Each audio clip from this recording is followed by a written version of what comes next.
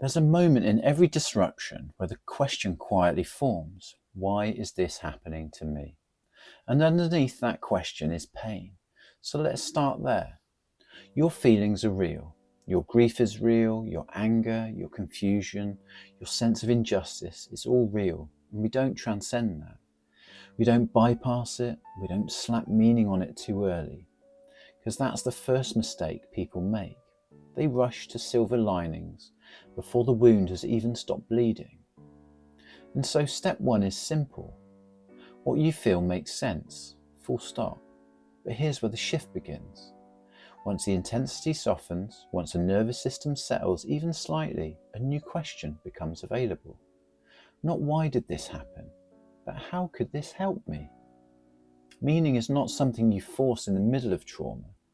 It's something you begin to construct when you're stable enough to look at it again. And when you do, something interesting happens. Acceptance increases, shame reduces, movement returns. And not because the event changed, but because your relationship to it does. Now here's the paradox, the divine dichotomy. Two things can be true at the same time. This hurt you, and this may shape you. This was unfair, and this may deepen you.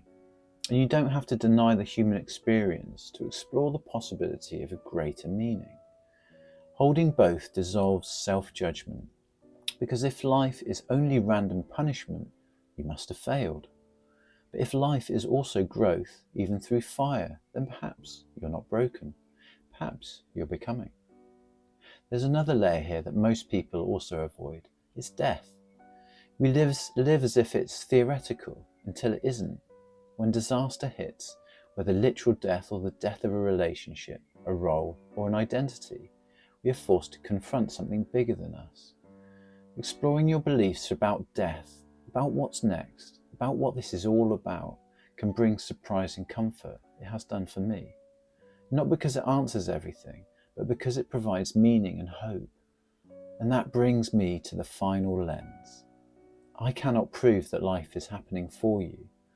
I cannot scientifically demonstrate that it is also happening through you. Those are my beliefs. But what I can tell you is this. When people move from this is happening to me to this has happened for me, the outcome is a more positive one. And they stand differently, they speak differently, and they choose differently. And they heal very differently.